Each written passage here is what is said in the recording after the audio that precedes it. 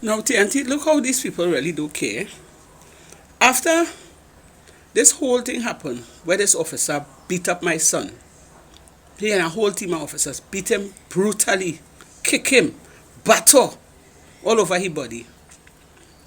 Right? This man bragging and boasting. Then all of a sudden, two fellas come from nowhere and give him a cocktail in front of the station, where it have cameras. And nobody and step foot and say, hey, this guy out of hand. Let me get down to Sangre Grande and do some investigation as to why this happening to this young man.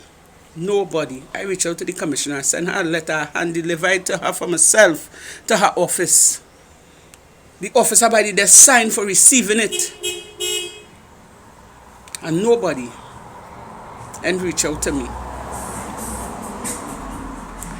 If I didn't go to that crime watch meeting and reach out and talk and tell my story, it would have never, that story would have never left Sangre Grande, because they tried to muzzle it in Grande, the CNC3 man and the officers in Sangre Grande station, by keeping the tongue meeting.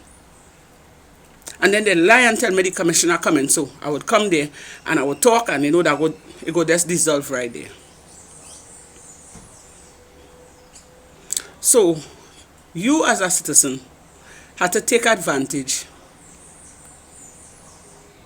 and say nothing and remain quiet. Because why? We from the ghetto and we's nobody, right? If for some hierarchy or somebody in position, son, wow, they would have been working on that case feverishly. And that is to show you that this government, that commissioner, those in authority that we have in power at the moment, they don't really care. I would say that, because that is how I feel. And I'm sure that other people will feel the same way, because they would have had other situations that they would have been through under the hands of some of these officers. And nobody in care. That's why the officer chest buff up, and he could have make that move and send people to beat him up. You understand? I feel shame, and it hurt me to see that the government that I dipped my finger in red for and put in power fail me. Nobody ain't come down from on a high and look down low to say, all right, let me make a swift investigation, because these people's life under attack. Because remember, after the incident with Lemuel Cortez, where he beat up my son, 2 men attacked him in front of the station. So that is enough to turn a quick eye to see what's going on, because something ain't right. So you see, if they could attack he, they could come after me. So that is to show you this government don't really care. All them care about is to be in power, and they're talking about they have the country's best interests at heart. And to see strangers that turn and help me. Imagine that. This woman, Miss Kamala Prasad, says, I don't even know this woman from nowhere. All I know, she's the opposition leader. And that woman reached down to help me. Not as an opposition leader, but as a mother. She felt my pain and decided to help me. I felt shame. I feel hurt. I feel like I could cry. I'm glad for the helping. And I want to tell you, ma'am, thank you very much for helping me. For deciding to send some lawyers to help me fight that matter, where my son was wrongfully beaten and charged.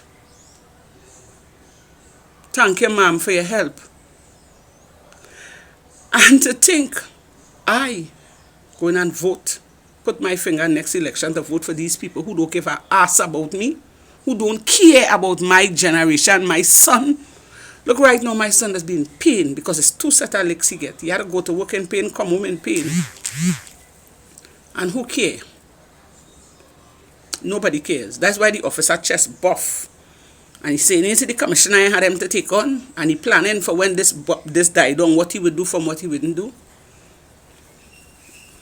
And All they're trying to curb crime, but this too what this officer committed in front of my eyes is a crime. The same way we just have to go to the police when somebody, commit a crime towards us. I went to the government, the commissioner of police. I write her a letter. I cry out to the Minister of National Security.